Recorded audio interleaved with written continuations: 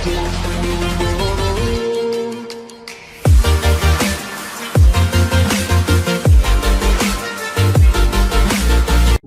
वालेकुम दोस्तों, मैं हूं मोहम्मद शफीक और आप चैनल देख रहे हैं उर्दू डिस्कवरी 5। आज हम बात करने वाले हैं कटहल के बारे में। इसकी पहचान क्या है, इसको शफाक जानवर क्यों कहा जाता है और ये दिन भर क्या करता रहता है, अपनी मादा को कैसे मुतवज्जा करता है, आज हम इसके बारे में बहस करेंगे। लेकिन इससे कबल नए आने वाले साथियों से गुजारिश है मेरे चैनल को सब्सक्राइब कर दें और साथ लगे बेल आइकन को दबा दें ताकि मेरी हर नई आने वाली वीडियो आप तक जल्द से जल्द पहुँच सके। कटहल कुतरने वाले जानवरों में से एक बहुत बड़ा जानवर है। ये फल, घास, जड़ें और दरख्तों की छाल अपने ताकतवर पंजों से चीर कर बहुत शौक से खाता है। इसके शफाक जानवर क्यों कहा जाता है? जब इसे गुस्सा आता है तो ये बहुत खतरनाक हो जाता है। ये अपने जिस्म पर मौजूद कांटों की मदद से अपने आप को दफा करता है और हमले की सूरत में इन कांटों के जरिए आसानी से निकल जाता है। वो अपने दुश्मन के जिस्म से चबो देता है और वहाँ से आसानी से फरार हो जाता है। इसलिए इस जानवर को दूर रहना ही बेहतर है और इसमें दूर रहने से ही भलाई है हमारे दरमियान में। अगर इसके बारे में बात करें कि ये सारा दिन क्या करता रहता है, ये सारा दिन अपने आराम ज़ेरे ज़मीन गहरे बल सोता रहता है। ये बल वो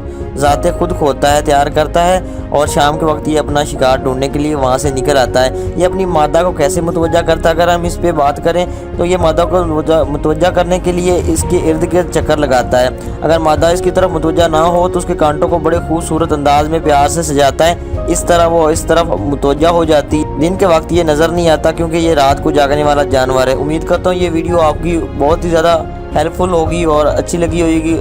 लाइक ज़रूर कर दें। मिलते हैं नेक्स्ट वीडियो में, तब तक के लिए अल्लाह हाफिज़।